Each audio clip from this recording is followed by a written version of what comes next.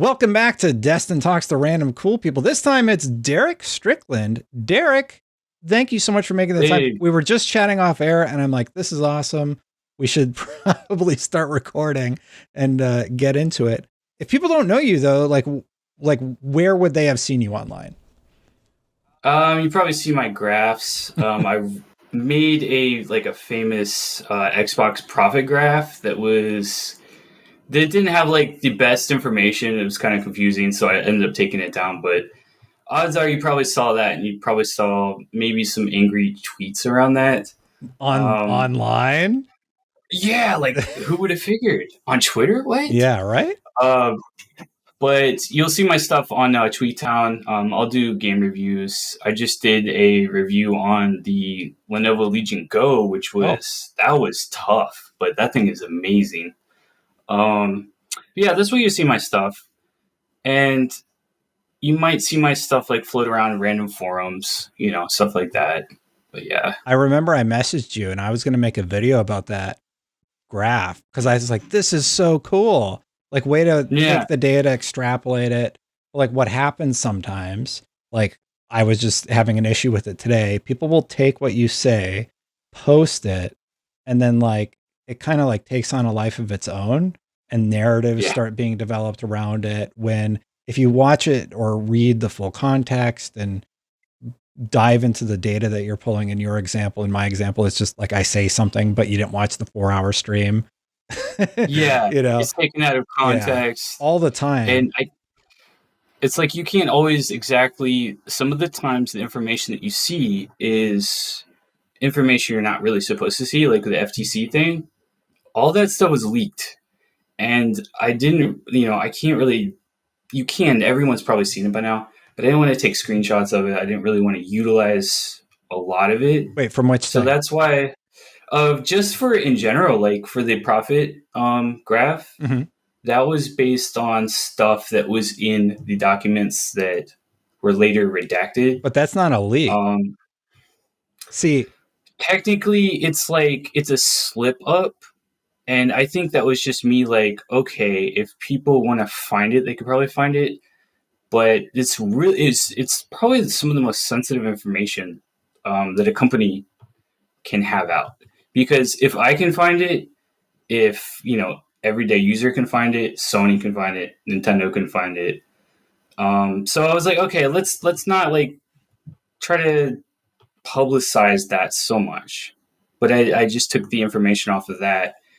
And it was so like confusing the way it was kind of written. That's why I ended up taking it down. I'm like, this isn't really correct, and plus I'm not like an accountant inside of Microsoft. So they do their own thing. I found it interesting. I thought it was, like, I like looking at that stuff and talking about it. And, I do my YouTube thing, like IGN. I have to be as buttoned up as I possibly can be when I do stuff for IGN. My channel is just me talking, opinions, thoughts, like just stuff I think about the industry. And it's an important distinction between the two types of content, right? And in your case, you felt like you didn't make your point clear enough. So you're like, you know what? I'm going to take this down. It's sort of taking on a life that isn't what I planned for it. And I need to be clear with it. Is that my read on it? And it was, it was exciting to have found like the information, like finding the Game Pass figure inside of the CADE documents. Yeah. I still have all those files. Oh yeah, dude. They redacted that like within days after I published that. And I was kind of like afraid. I was like, oh no, what's going to happen? Am I in trouble because I found that?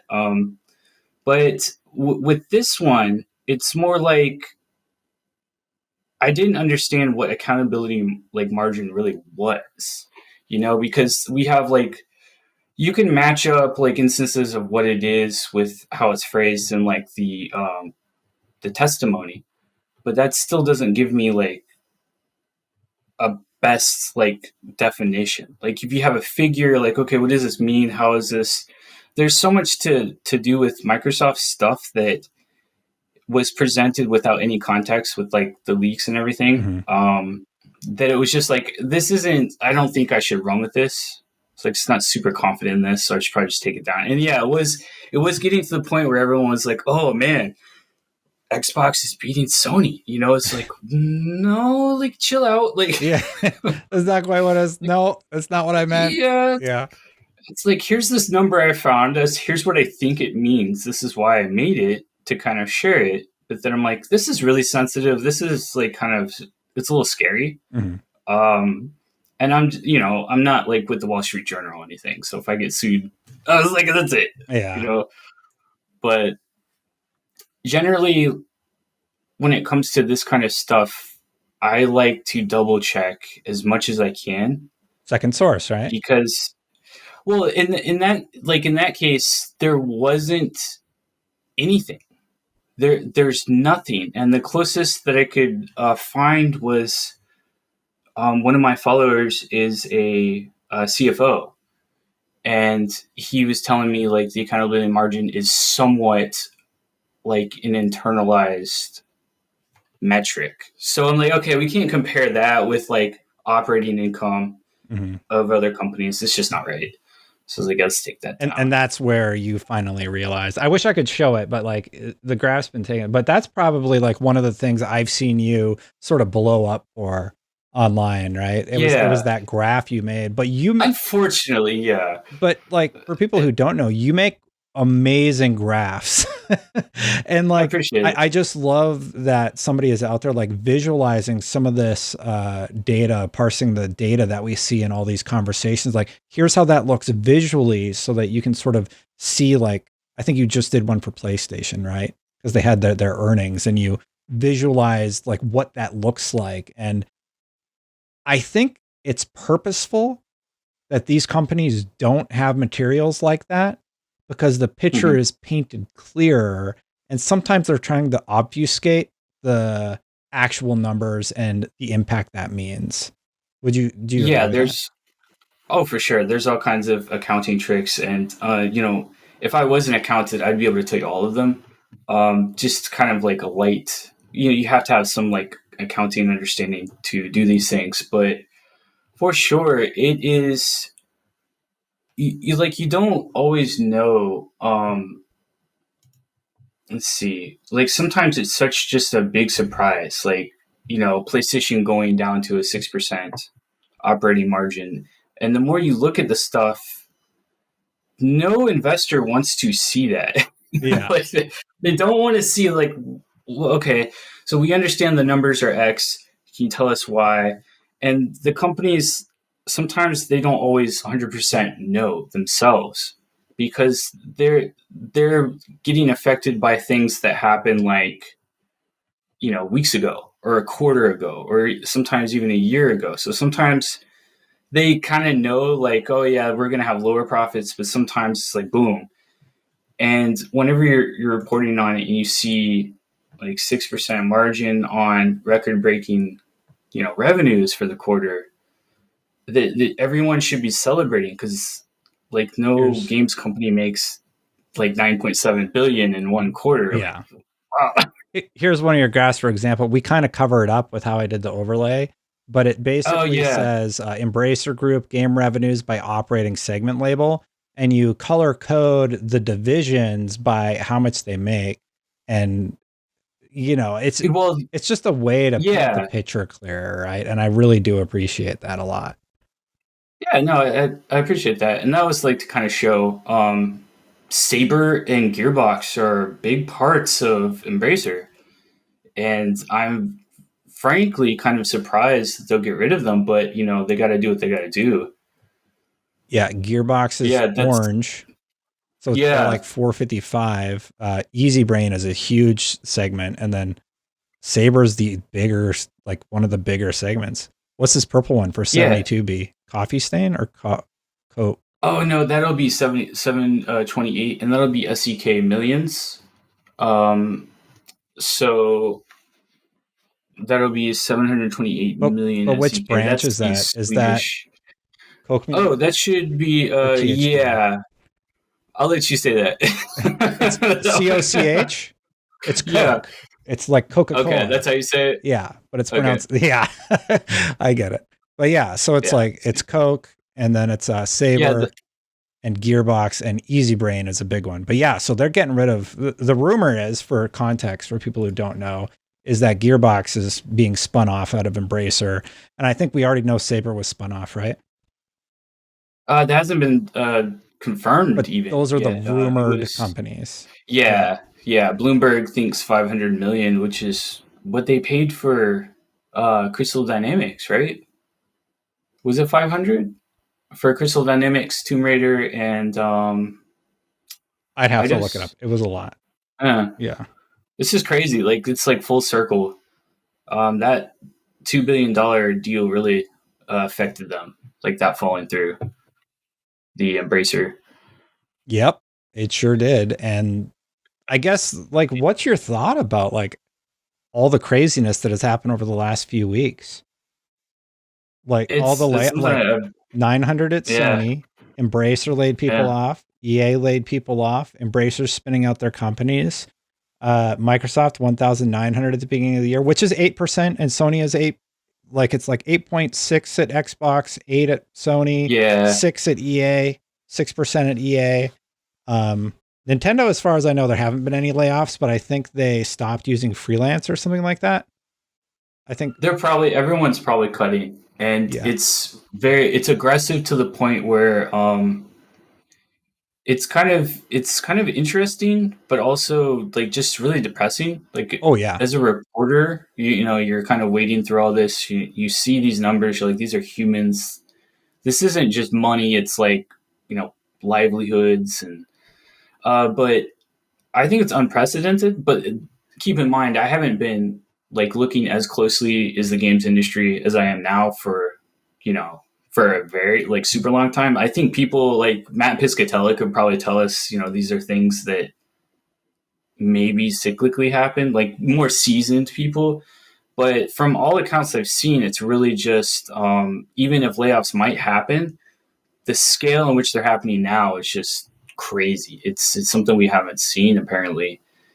And all I see is really the profit margins are like they're slipping, and the revenues are kind of, it just depends on the industry. Like mobile is kind of a little dicey. Mm-hmm. It's been up and down. Well, like console seems flat. Well, console's been flat for like ever. And like you do graphs, right? If you look at console sales, nothing's beat the PS2. So everyone's like, oh, I'm so surprised console's not doing well. I'm like, are you really? Because if you look at the numbers, it's not that surprising. It's not that it's doing poorly necessarily. It's that it's just not growing at such a rapid pace. Mm-hmm. Because you'll look at something like EA's financials, and most of their revenues are from consoles. And you start to understand that if consoles went away, oh yeah, you know, Microsoft would be like, let's say Microsoft exits consoles, you know, the whole talk. And that wouldn't just affect Microsoft, it would affect the entire industry. It'd be like one less platform. It would be, you know, a rising tide raises all boats. Well, like, you know, a sinking tide lowers all boats. So that's something to kind of think too, is just how important the console. The way I would describe console, it's more like a kind of like a tent pole. It's kind of like embedded. We're not, maybe we're not going to see it like expand or grow higher, but it's kind of there, and it's holding up a lot while it's there. The crazy thing, just to solidify your point even further, there's all this concern that the console market is just randomly going to evaporate, which is fascinating to me, because it's like people act like Xbox making billions of dollars is making no money and failing. And I think they just don't have the context that even Xbox being in third place, it's not like they're losing money and they've been losing money for 20 years. They're making billions of dollars. Like they're, as far as I know, they're in the green and doing well. They're not like dying, which also makes the layoffs even worse, right? But I think that's important for people to know. Yeah, no, Xbox is beating Nintendo in annual revenues for the past 2 years. Well, obviously with Activision, that is a sizable boost. But I believe, so we have 2022, they beat them, and then I think I only did 2022. But yeah, that was an interesting kind of eye-opener, is that during the trial, Microsoft kind of painted Xbox as this underdog, and I didn't agree with that necessarily. But then again, I don't see stuff that everyone else at the trial saw. Like, I don't see the profits. I don't see the things they may have not achieved that they wanted to achieve. But by no means is Xbox this like second-rate citizen or anything like that. They are an established company. They know what they're doing. They have the power, and they have done this to change consumer behavior and habits. Subscriptions have grown with Game Pass. It was so influential that it affected, Sony was like, hey, let's do our own kind of Game Pass with PS Plus and do our own thing. So they're definitely influential. I don't think that we're going to see an end to consoles if two things happen. If a valid replacement that's cheaper and more profitable comes along, obviously, or if the business is irreparably like non-profitable, where they're just like, we can't do this anymore, like Sega, like, oh, we can't do it, that's it. Mm-hmm. But that will have such an effect, like a negative drag pull on the industry. Like I was saying, it'll affect everybody, so it won't be a good thing. I don't think anyone should be calling for Xbox to go away. I don't think we should be telling platform holders like, oh, we hate your platform, we want you to go away. That's not the way to go about this.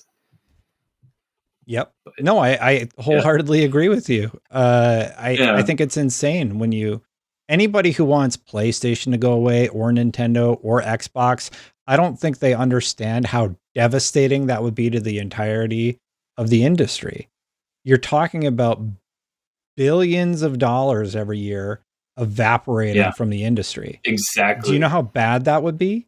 It would be devastating. For some context, I was looking through all your charts. This is PlayStation. Again, we're covering it up. I apologize. PlayStation first party versus third party game sales quarterly. You see that little pink part? That's first party. Now, granted, they get to keep all that money, but you see how big that third party is?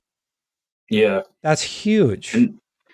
And those are unit sales, so that's volume. But yeah, you will see, and that's, this kind of to be expected on such a huge platform as PlayStation.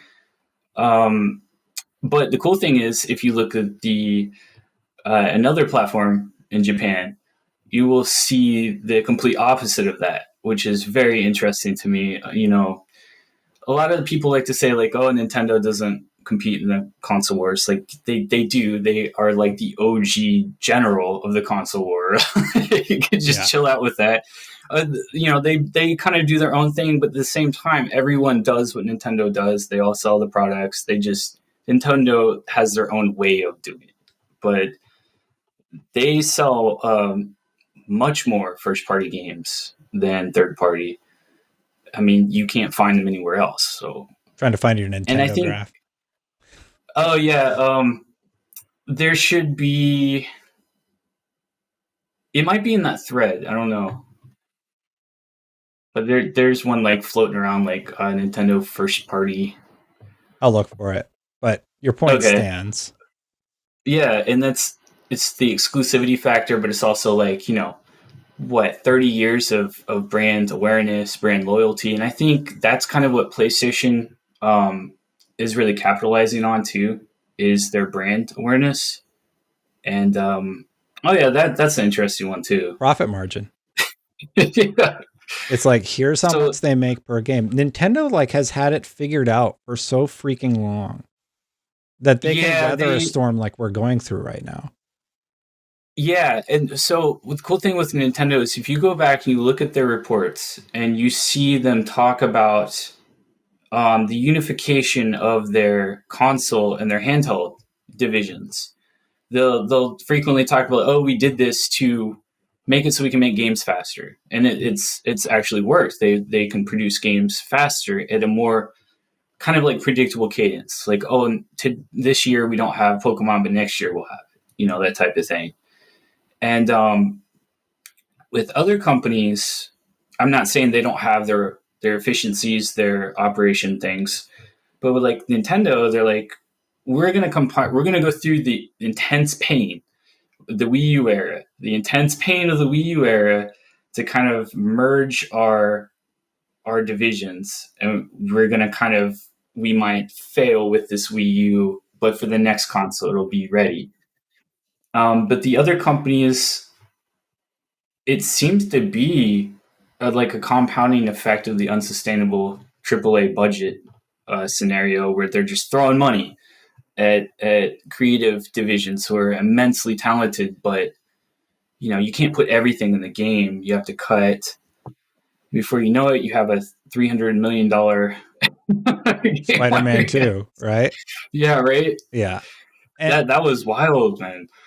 And I just watched the video where what was it? Cyberpunk 2077 had a development budget of $175 million and a marketing budget of $143 million. Like, they were separate? Apparently they were separate. Yeah. So they separated the budgets. Like, somebody had written an article about just how much money was spent on marketing for that game.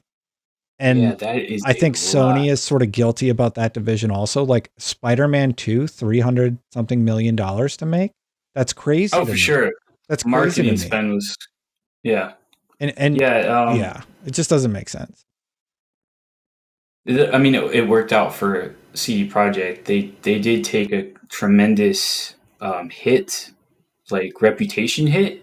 But the sales chart, like if you look at the sales chart for Witcher 3, you know, it's like, here's The Witcher 3 and here's like Cyberpunk. Like, it's like off the chart. Like, holy crap. Yeah.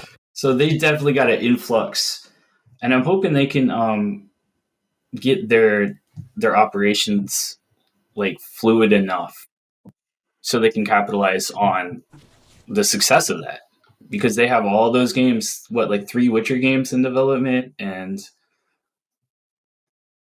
a bunch of stuff, a bunch of really good stuff. But the thing, I think they're doing another Cyberpunk. I can't remember. I hope they are, because what they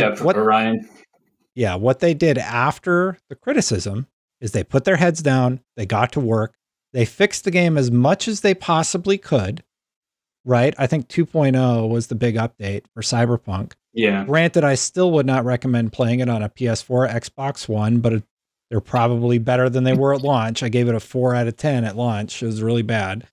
Yeah, it was terrible. But I didn't think that the PS5 and Xbox Series X versions of those games were nearly as bad, especially as the base ones. And I think PC is a phenomenal game. I think it was phenomenal at launch. I still think it's phenomenal. I think it's only improved. So that's definitely an interesting case. I think the reason I was so mad about that particular project is because they were very misleading in how they marketed Cyberpunk 2077 for previous gen consoles, to the point they literally showed gameplay, like extended gameplay, where it looked totally fine. And they're like, this is what you can experience. And then you play it and it was like a disaster. It was drastically different than what they showed us. And it was, and then they took it a step further. Sorry, just to get in on that one, because because take it a step further. They also, in their apology video, said, oh, we didn't know it was bad, right? You literally did a live stream of it. What do you mean you didn't know? You're telling me your QA team didn't tell you? I don't believe it for a second. So like, it just... Yeah, they got sued over it. Yeah. It's like they had to admit that something was not right. Yeah, so like, it wasn't it wasn't just that it was bad. It's that they came out and said they didn't know. Instead of like, don't say you don't do that. Had to. Of course you knew. Right. So yeah. That was sort of my take on the whole thing. But the question I was trying to get to with you was, where do you think the game industry is going to go from this point? Like, do you think we're seeing a reset in the game industry? I wouldn't say. I would say right now, the way that you could think of this is that we had our summer, and we're kind of going into a winter, and everyone right now is trying to get enough, wood for the winter, and that is kind of like competition. You're probably going to see a lot of people kind of squeezed out, unfortunately, but then you will see the volatility factor goes the other way too. So we have the volatility factor, we have the negative, we don't know how much money we're going to make, we don't know how many sales. Will this game be good? Will we be able to actually make any money? And then you have like the positive side where it's like, hey, Power World just came out. It sold 10 million copies in like 1 month. That's more than some games sell in 30 years. Hey, like you have all these unpredictable successes that can just spring up overnight. Mm-hmm. As far as like the games, like the wider games industry, I don't think that it's going to necessarily be a reset. I think we're just going to see a dialing back of probably like big budget games, like more risk averse. We're going to see a risk averse market. Yeah, and unfortunately, that's going to play right into the volatility, like the unpredictable nature of the Power Worlds, of the the Enshroudeds and the Helldivers. Because thank you for bringing up Enshrouded. Oh yeah, no, that sold 1 million copies, man. And I'm not super into those. Like I got into Helldivers, so that was cool. Mm-hmm. But like I just don't have the time to spend in like a builder anymore. But what I think we're going to see is like, okay, all the AAAs are playing it safe. So that gives us a clear runway for just some random guy to come out with like a Balatro or something. It's like, hey, here you go. And it will explode because everyone's hungering for that, like that weird kind of strange corner of the internet or the games industry where you can only find those. But I think as far as like what is Sony, Xbox, PlayStation look like, I think like Xbox, they may start to do stuff like we're going to bake in advertisements into Game Pass. We may make like a multi-tier structure. Frankly, I was surprised when they said that they're going to make a new console that was what was it? The most technically advanced or something? Yeah, the biggest technology leap ever, a super powerful, the best thing you've ever seen. Yeah. I don't think that sells units anymore because I think the engines have caught up with the hardware. For right now, I think the games or the console market is less about growth and more about sustaining. Mm-hmm. And until there is a pivot point, like an actual pivot point, like you have PC, but PC players are entrenched in like a PC environment. They will play console games. Absolutely. They will buy like traditionally console games, but the adoption isn't. I looked at like Sony because Sony separates their revenue now. Like they'll separate their PC game sales now. They're not making they're making a lot, like a $92.7 million, I believe it was over the quarter. I'm like, okay, that's a lot, but that's not anything compared to like the 2.3 billion they make for microtransactions on the PS5 store. So I'm like, okay, so there has to be some sort of pivot point where either it's a new platform or a new way to integrate consoles with another platform. So I think any console movements that we see are less kind of about growth and more like, hey, let's carry over the PS5 owners of today into the PS6 and that sort of thing. Definitely subscriptions. We might see, some ads at some point. I don't know. Here's your add-on content. 2.36 billion in the last report.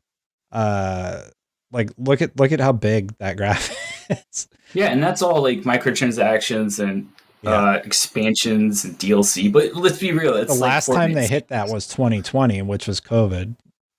Yeah, COVID times. It really is incredible. Even Sony was like, "Hey, we owe a big." I think they put on 12 million MAUs, and they're like, yeah, a lot of that was from one particular free-to-play game. From one whale just buying all the cosmetics. Just one dude. Yeah.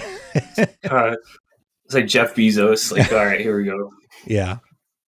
But yeah, like it just really depends. There's a lot of different ways things can go. I was kind of the belief that Microsoft might release new hardware, but it might not be what we expect. But I think they clarified that, yeah, it's going to be something that you know and love, which is cool. Because a lot of their problems is like stems from unprofitable hardware and them trying to kind of get people not off of hardware, but more into services. So there's like kind of these counterintuitive forces a little bit, like they're pulling against each other, because why would anyone buy your hardware if you can get your services somewhere else? You run into that. But when it comes to like Nintendo, I think besides the Switch 2, which is rumored to be March now. Like it's corroborated by a bunch of people, like Eurogamer and a bunch of other people corroborated it. Andy Robson over at VG247. No, one of the VGC. VGC, yeah, sorry. Yeah. He actually works with blanking on her name. Anyway, one of my former colleagues. Keza. Keza, yeah. Okay. He and Keza work together. They're wonderful. Okay. I thought she was at the Guardian. Is she at the Guardian? I think she was at the... Anyway, I saw Keza and Andy together at Gamescom. And I thought they were over there. Anyway, doesn't matter. They're both great. Yeah. Yeah, it's cool. Like, yeah, I don't know a lot of people like by name. I'm aware of them, obviously, of course. You can't do this and not be aware of them. But anything I see from like Tom Phillips with Nintendo or like the Switch or like Jeff, I'm like, all right, yeah. So it's pretty much a done deal. Usually it's like, Jeff knows. Yeah. He knows it all. Yeah, like I wanted to press you on one of your questions before. Sorry, we kind of got off on a tangent. No. Why do you feel like these smaller games are coming along and being so successful? Do you think maybe it could be because AAA isn't servicing a want or a need that these other games are? For sure. I think that it really comes down to that. And something that I thought was always really cool since COVID, I've noticed that the way that people, the hot games, like, okay, someone talks about a game, it starts ramping up, and then it explodes. Like, that kind of kicked up overdrive in COVID, and now it's to the point where sometimes you can kind of predict a little bit. Like, you can kind of see there's rumblings that people are saying this particular thing is cool in a game, and you're like, all right, that's going to be the one. But that's just me. Like, I always look out for, like, the patterns. Sometimes there isn't a pattern. Sometimes it's like, this is really crazy. There's Pokemon with guns. Okay. That I can eat if I need to. It's like, okay. Or like the absolutely unhinged, the poker game, the Balatro, that looks crazy. You are seeing these games fulfill a need, but it's not always a need that the gamers know that they have. Like it's kind of like you don't know necessarily if you like spicy food until you try it sometimes. But this is the good news about the games industry is that consumers do want to buy your games. They do want to spend money. They do want to actually play, and they want to spend a long time in the games. It's just, how do we get there? And with these smaller games, there is an appetite for just, it's kind of like this with anything. If you're playing, if you're playing sports sims, like think of the most popular games there are, and those get like the 90% of playtime. Like, okay, let's mix it up with something weird. Like, I've been playing basketball games the whole time. I'm tired of looking at dudes, like people jumping and people running. Let's look at like weird monsters, some creepy alien monsters, blow stuff up, like, in that the habit aspect, the tastes are so varied that's good news. Like, there isn't any one, there's like the top, you have your Call of Duties, but when it comes down to like these habits, there isn't really any one like thing. you could have like a survival crafter builder that's medieval fantasy, or you could have like, or like the Pokemon thing where there's like actual like AKs and stuff. Yeah. That was silly. It was like, we get it. It's Pokemon. That's the initial hook, right? But it's really not Pokemon. It's more like the crafting survival. Stuff. And like, oh, you can shoot things with guns. That's dumb, but like in a fun way, right? And you get the hang glider. Yeah, I think AAA, in my opinion, got a little too formulaic. They got like too, what's the right way to say it? They're trying to be too safe with everything. And they're like, oh, well, we did a focus group and the focus group said they like XYZ, or they want this thing in the game, or we're looking online. And like, I think people are starting to realize that Twitter's like not reality. It's not like what everybody actually thinks all of the time. And I do wonder if some game companies, like if you listen to gamers online, they want your Xbox Series X to do native 4K at 60 frames per second, no visual sacrifices whatsoever. All times has to be locked frame rate, has to be perfect. And like, and then Returnal is like this amazing PlayStation game that runs native 1080p, right? And it's upscaled and it uses the engine tech. That's what I'm talking about. Like, I don't think anybody looked at Returnal and they're like, this game looks like trash. It's not native 4K. I'm out. Like, and so like when people say they want like native 4K 60, it's like, it's not really what they want. They just want a good looking game. Yeah. And those are like the enthusiast people who will spend, like those are the people that will probably more likely buy the $200 PlayStation Portal. Yeah. It's kind of like an extraneous accessory, but at the same time, you can't. I think putting too much emphasis on like the tech budget might have been. I don't know a lot about game dev, so I'm not gonna like pretend you do. But yeah. Preface: but like, we don't know anything about game dev. Yeah, we don't know anything about what we're talking. Get ready for your big clip out. Here it comes. Yeah, but it's like, you have these huge games that accumulate these 4K assets, like these massive files. And like, I get it. It's amazing to look at something cool. But at the same time, people love looking at No Man's Sky the same way that they love looking at like, an 8K up-res image of like a Starfield moon. It just depends. And I think the industry is kind of finding right now, it's like, well, graphics do matter and it's cool to push the bill, but maybe we don't have to do that for every game. Maybe it's okay, to have like a team of 15 people, make something and put it up, maybe sell it for $30.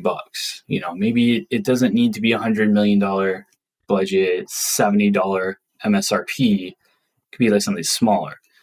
But I do think like what you're saying about formulaic is that these companies, like, how do we keep people playing for as long as possible? And, it becomes a whole like science experiment, and the creatives have to fit their vision in with that. And that's where it kind of falls apart sometimes. It's a little tough to pull off. You hit the nail on the head. And I've thought about this a lot. And my concern is that you have a lot of creatives that have been in these content houses or like major game studios that have reinforced this philosophy so frequently and for so many years, because that's how they've managed to survive and be profitable, that when something like Baldur's Gate 3 comes along, there's like, it's impossible. Like, how could that ever happen? It's like, well, Lyrian got lucky in some respects, right? But they've figured something out that worked really exceptionally well. Oh yeah. So figure out what they did and copy that, because clearly the one way that has been reinforced for decades, or a decade within the games industry, it's not the only way to be successful. Right? Yeah. So we don't all need like a, open world, third person action adventure, Assassin's Creed, looter shooters. to a smaller extent, you could look at the recent Assassin's Creed title, the smaller title that was less Mirage, which was less money to make, had a smaller team to make it. It's a shorter game. And when you look at revenue and profit generation from that, it has a higher percentage of profitability because it utilized fewer resources to create. So yes, Valhalla is a wonderful game that a lot of people loved, but guess what? Not every game has to be that. What? Yeah, that's my take on the whole situation. Well, like what we'll find too is like it's not every game can be that, and if we try to force that, we're going to run into, the numbers don't add up. It's as simple as that. We got to balance our sheets out, and with the layoffs, like I think Embracer, when they're talking about like we're going to start divesting, we may sell some studios. Essentially, what he said, like that's what Lars said, and nothing was talked about. They didn't say which studios, but they're like it's potentially. And now, fast forwarding now, it's like, wow, dude, you've already done the layoffs, and now you're shuttering studios and spinning off the divisions. Like that's pretty rough. So, and with Embracer, it's kind of like they have too much stuff going on. They got too much stuff going on. They like look at your graph we referenced earlier. There's like 8 companies on there. That's more than Activision. Activision's like 4. Oh, dude, they have 8 operating units, and each of those units is made up of miscellaneous companies. Gearbox they own studios. I think they own Lost Boys or something like that. Yeah, it's without that money, I think Embracer's like done. Like I don't know. It feels like Embracer is crumbling. It feels like then they may just end up being THQ Nordic like they started out with. That would be a heck of a thing. It's like, hey, we're back to square one, but all these assets and things they're gone now. Including Legacy of Kain. If anybody knows who I have to call an Embracer, I'm dead serious. I would like to know what it would take to buy the Legacy of Kain franchise and then just give it to somebody who will do something with it. I have no idea what to do with that, but I just want Legacy of Kain. Here's what I want. Here's my pitch for Legacy of Kain. Yeah. Take those original games. The fans have already made them better. Like get better controller support controls for them, and then just put them out as an HD. Yeah, remake. They should. Like, they should. And then use everyone knows that game. And then use that money to fund whatever the next Legacy of Kain thing is. And I would say remake the original one, the Blood Omen, remake Blood Omen. Oh yeah, that franchise just makes me mad. And Embracer has it right now, and who knows what's going to happen? Yeah. We're probably going to lose it forever. It's going to end up on a shelf somewhere. Yep. Like with the Activision, with all their properties, all their stuff. It is frustrating when you really think about that. You're like, when all of these classic franchises are kind of just sitting there, and there's a lot of red tape involved, but it would be so cool if they were just like, hey, you know what? We're going to license this out, do something with it. Like if there was going to be a company like that, it's like, oh, we're not going to try to get a bunch of profit. We just want it to be made, like be cool. Mm-hmm. But that's not how things are done. No, it can't be how things are done. We have capitalism, and we have all, fiduciary duty to shareholders, as they say. And that's who we all really need to think about. We need to think about the shareholders. Like, of course, because they're portfolios. Yeah, like 8,100 workers or whatever. But like the shareholders are who we should really care about, because they're the ones that they were really affected. Yeah. Wasn't that was Embracer that said that, right? Oh, dude. So I didn't read the most recent one. What's the most recent one? No, the most recent report. I think he did say that we need to go through this together or something. We have to go through this together. I'm like, okay, I guess.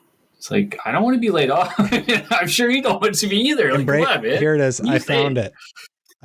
Let me just adjust it really quick, because it's Embracer says it's looking out for shareholders after cutting 1,400 jobs Thank you so much, Embracer, for thinking about the shareholders. That's who everybody was really concerned about. Oh man, you have to maximize the value, or what else are you doing? Yeah, come on. That was the quote. It's like a little bit further value. down. Embracer has reaffirmed its unrelenting commitment to maximize shareholder value after laying off almost 1,400 workers in 6 months and spinning off Gearbox and likely spinning off Saber, as the rumors state. Like, what a ridiculous statement. Sorry. And I feel like all of these, it's not just them either. Sorry to interrupt you. No, it's not. They all say the same things, really. And it's really just part of it, unfortunately, is that you do have to look through it. Like, I looked through EA's transcript recently. I was like, where is the information? Like, what are you saying? I see the numbers, right? But, like, Andrew Wilson has this uncanny ability to say all of these things, and they sound good. Yeah, and I'm like, okay, that's interesting. I'm interested in what you're saying. Can I have, some examples, like some examples of maybe what you're thinking about doing? And it's just kind of like, they don't exist yet. We can't show that yet. So we're going to talk about it. Okay. Yeah. But yeah, there's always like new engagement methods. And I'm like, what do you mean? What can there be that's almost always the same stuff? Like, you got your virtual currencies and your FIFA Ultimate Team. Yeah. You canceled a Star Wars game from the studio who has the most successful Star Wars game of all time, Mandalorian. Like, what? That one I don't get. Why would you cancel? Because they have the numbers from the Star Wars games and how successful they were, right? Why would you just say, well, we're going to have that same studio make Mandalorian? Actually, never mind, let's cancel it. Why do you think they did that? I think it's because there's inherent risk. There's always risk. And I think it's because that it was going to be single player. And if you read back when they canceled Project Ragtag, when they closed Visceral Games in 2017, I think, 2018, they kind of used, it was Patrick Soderlund, I think, at the time. He used this specific phrase. It was like, these aren't connected, community-driven games. These are kinds of things players want. And essentially, EA is pretty much telegraphed, like, yeah, we still believe that, even though Jedi Survivor, Jedi Fallen Order are huge, we still kind of like, we're going to do online stuff. We're going to do stuff where we can create a game and then sell modules and content, microtransactions, all that stuff. Mm-hmm. But yeah, I think that's why it maybe because, and then it was early too. I don't even think it was greenlit internally yet. Yeah, I mean, well, they're smarter than I am, but it doesn't make any sense. Yeah, you would like to think, right? Yeah. You would like, oh, well, they know, they would like billions of dollars. I hope they know what they're doing. Yeah. Like, I hope so. Like, but yeah, dude, that would have been huge. Explosive Respawn. I mean, they make games like no one else almost, That would have been crazy. Well, we still have Dragon Age, Mass Effect 4, or whatever it's called. Which one is that? Is it 5, not 4? It's technically, because Andromeda is, I think it would be considered 4, but it's like a new Mass Effect, which I'm very excited about. There are people that are working on it. But the one positive thing, and I've talked about this before, the one positive thing that I have seen come of all this is we have seen a lot of smaller studios crop up. And that's why earlier in the show, I asked you if we were looking at a reset point, because BioWare went through a restructuring in 2022 and 2023, brutal, where they saw lots of layoffs way earlier than everybody else. And Nightingale has come from former BioWare devs, and we have 2 different space games coming from BioWare creators, including Casey Hudson, who went off to go make Humanoid Origin. Let me see if I can bring it up really quick. I just talked about it in one of my videos. Didn't Aaron Flynn leave for Improbable, I think? Maybe he went over to Improbable, and but like, this is the concept for Casey Hudson's game, and Casey Hudson made Mass Effect, and to me this reminds me a lot about Mass Effect, and it looks really cool. Yeah. So they're in concept phase for theirs. And like, there's another space game. I'm blanking on the name of it off the top of my head, but I am hoping that we're seeing a reset and a rebuilding of new studios that could one day become the next AAAs. They could become the next Activisions and whatever, but definitely, I think, in my opinion, we hit a point when Bethesda was being sold, Activision was being sold, Bungie was being sold. Those companies like hit a point where they're like, we need to be purchased or we're not going to be able to keep going. Bungie said as much, actually. They're like, well, we would have been doomed without Sony buying us. So yeah, I think I remember reading that. Yeah, for sure. I think as far as like a great reset, like everything's going to be reset to zero. No, but yeah, it would be disastrous. Maybe restructuring is a better word. Yeah, I do think rebuilding. We're actually kind of seeing that because Power World, like 10 million is astronomical. That's a company now. They are like a studio that we're going to hear about for 10 to 20 years. Yep. Unless they like, what are they? They're all just going to quit. Lawsuit goes funky. Hopefully that lawsuit. No lawsuit yet. Did they? Oh wait, you're right. They said they were looking into it. They just wanted people to leave them alone, I think. Yeah. Yeah. I think we will see more unpredictable hits. Definitely. And I think AAA at this point is like, look, we're going to do what we know and kind of weather this. I saw a thing from Matt, the Piscatella, the Circana analyst. He was like, companies are trying to hold off, just hold the line until 2025. And it's implied, maybe not by him implied, but it's implied, 2025 is GTA 6. Oh, and that's supposed to kind of like lift the industry some, which should definitely help. I mean, yeah, I got it right here. Yeah. This Sunday's hot take is that the health of the video game industry is never as strong as folks think it is in boom times, and never as poor as people think it is during leaner times. Consumer demand remains strong and has been flat for several years now as player count and hours are up against some, perhaps short-term ceilings. Consumer under huge price pressure from food and rent, mobile already improving, other segments likely to follow in 2025. Black hole games are a massive challenge, but challenges like these in the video game industry tend to bring on creative solutions, and I agree with that. Video game companies also have to target wants and needs of Zoomers and alphas, which was very different from video games than millennials and older folks like Destin here. Gotta adapt. The industry has been very good at doing this historically.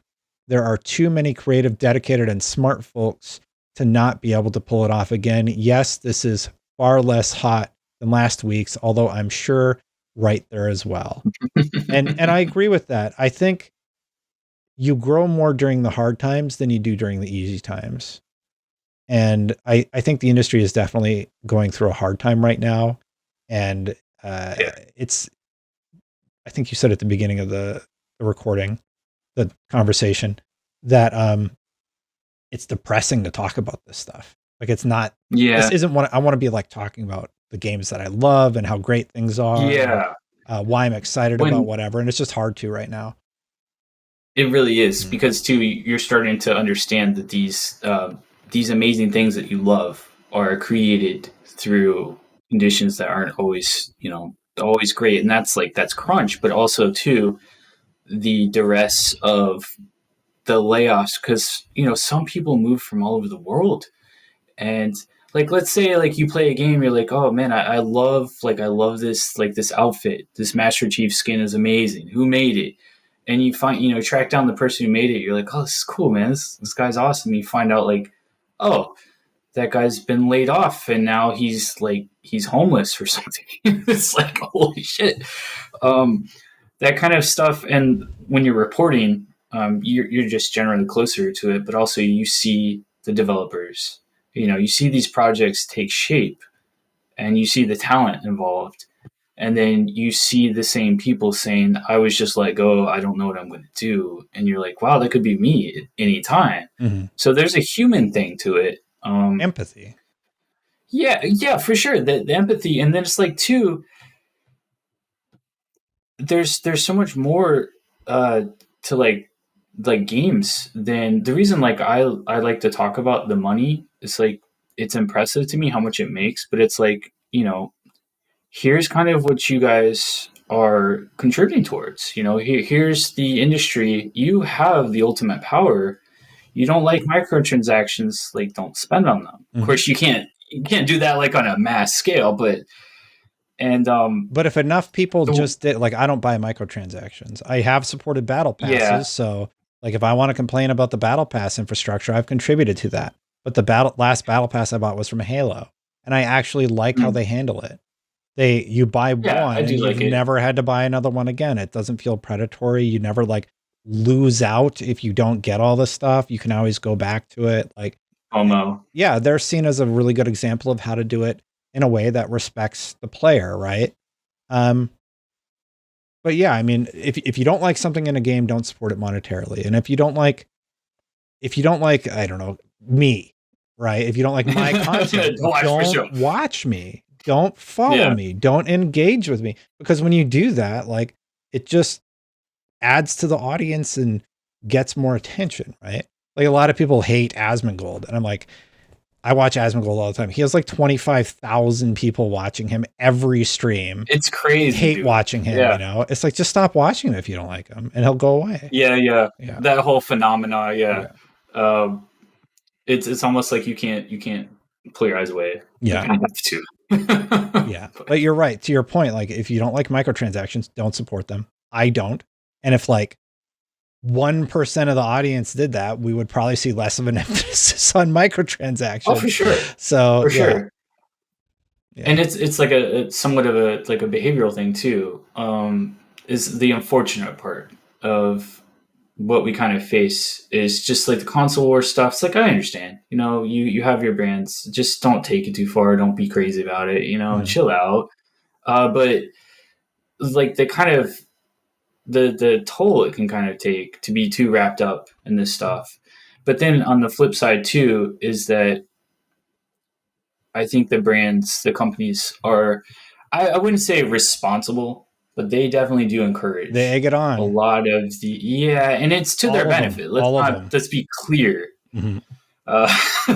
Let's be clear. It's not like, oh yeah, no, I'm not responsible for that. No, and it's like, it's your slogan, it's your colors.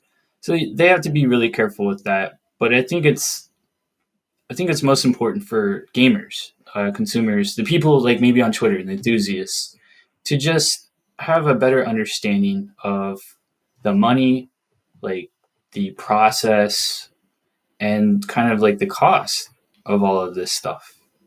These are people making these things. They want it. The cool thing is, this is the coolest thing about gaming is these people want to make this stuff for you.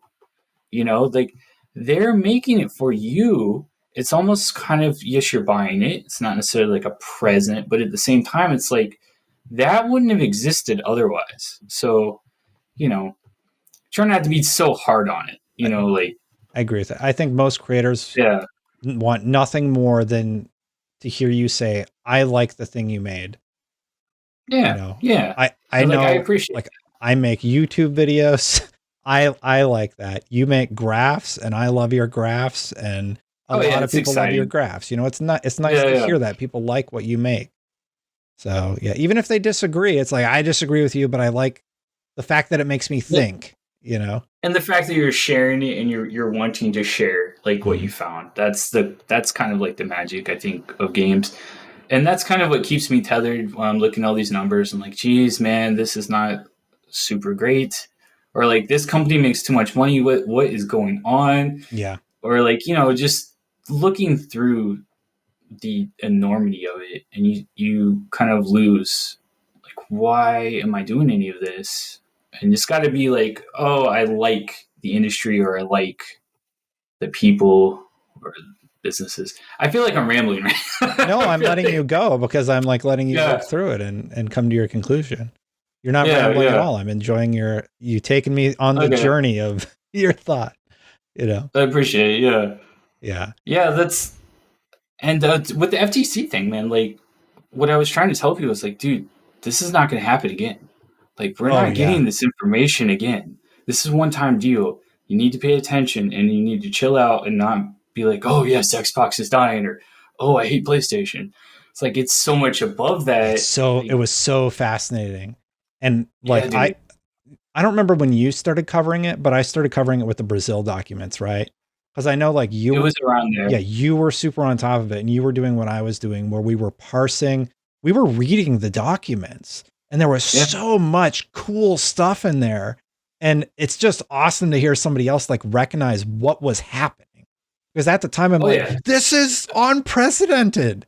Like, do you not understand? We'll never get access to data like this again. So like, it's cool to hear you echo that excitement. For sure. And it's like, it's just time to put the, put the boxing gloves down. Let's take a look at this stuff, because I mean, it's all been like preserved, right? It's all been preserved. And a lot of it, some of the stuff I was like afraid to write about, because I'm like, this is not, like I said, this is not stuff I should be seeing. It's not stuff that should be there. And then the FTC slipped up, I think, twice in the interview or in the testimony.